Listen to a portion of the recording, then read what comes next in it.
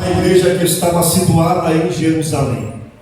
Dentro desse período que ele estivera dentro de Éfeso, alguns acontecimentos aconteceu que me chamou muito a atenção.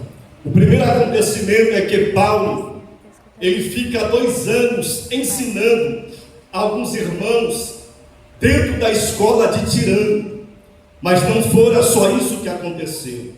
Paulo também, ele pregou o evangelho ali, e muitos dos irmãos se converteram, a ponto de alguns deles pegarem seus livros de magia, jogarem na fogueira para serem queimados. Dentro desse período houve uma grande comoção, porque quem estava ali não era qualquer homem, era um homem que era cheio da presença do Espírito Santo. E um homem cheio da presença do Espírito Santo, quando ele pisa em algum ambiente, em algum lugar, algo sobrenatural acontece. Aleluia! E dentro desse período que o apóstolo dos gentios estivera ali, aconteceu diversas coisas.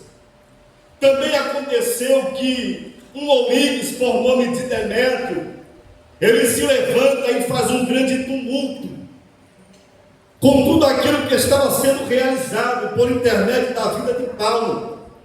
É fato que é evidenciado o poder de Deus através da vida do apóstolo São Paulo. Mas de tudo que aconteceu dentro de Éfeso, algo me chama muito a atenção. E o que é que foi? Paulo, quando chega ali, ele encontra 12 discípulos. E ele faz uma pergunta para eles: vós, quando fostes batizados, vocês já ouviram falar acerca do Espírito Santo? Aí alguns que estavam ali disseram: nós nem sequer ouvimos falar acerca do Espírito Santo.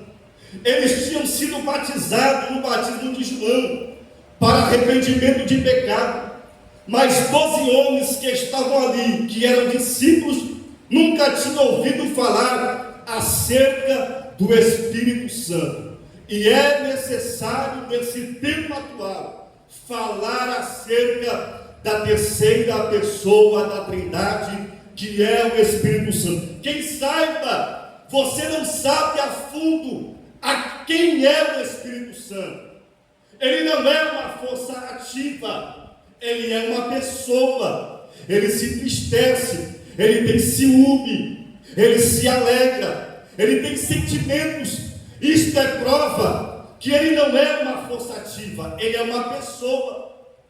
E estudando um pouco dentro da pneumatologia acerca desta pessoa tão importante, tão sublime e tão especial, eu aprendi que o Espírito Santo, tanto no Novo e no Antigo Testamento, ele é chamado por diversos nomes, a saber, Espírito de Deus, Espírito do Senhor, Espírito de Cristo, Espírito do Deus vivo, Espírito da vida, Espírito da adoção, Espírito da graça, Espírito da glória e Espírito Santo. Ele só passou a ser chamado Espírito Santo bem depois. Mas lá no Antigo Testamento era Espírito do Senhor, era Espírito de Yahvé, era Espírito de Deus. E eu preciso lhe dizer que lá no Antigo Testamento a manifestação do Espírito Santo, ela se dava da seguinte forma: lá ele não morava com o homem, lá ele não residia no homem, lá ele não habitava no homem. A manifestação dele, ela é esporádica, ela era momentânea, ela era específica. Ele se apoderava do homem para um fim, ele se apossava do homem para um propósito. E eu quero destacar alguns aqui nesta noite. Você vai perceber que quando Deus deu as orientações para Moisés fazer o tabernáculo, é bem interessante que Deus escolhe 2 homens ali, artesãos, e eles foram apossados pelo Espírito Santo. e receberam capacidade para poder construir alguns utensílios, mas logo depois o Espírito se retirou deles. Quando você estuda a era dos juízes, é bem interessante que o Espírito do Senhor, ele também se apoderava de alguns homens ali. Quando o povo estava debaixo da escravidão, do jugo, da opressão, e eles clamavam, Deus escolhia um homem, se apoderava dele e usava aquele homem para libertar o povo da escravidão, para libertar o povo daquele jugo. Então o Espírito, ele não morava, ele não residia, ele não habitava, ele só descia e depois saía. Outro fato interessante é quando Josafá está cercado por uma grande multidão, e ele vai para o templo e faz uma oração, e a oração é o seguinte: Senhor, não há força em nós para lutar contra esta grande multidão. Aí a Bíblia diz que o Espírito se apodera de um homem. Quem é ele? É um levita. E ele vai liberar uma profecia para Josafá. E qual era a profecia? Era a seguinte: Josafá, nesta peleja não tereis que pelejar. Parai de pé, que Deus vai dar um livramento.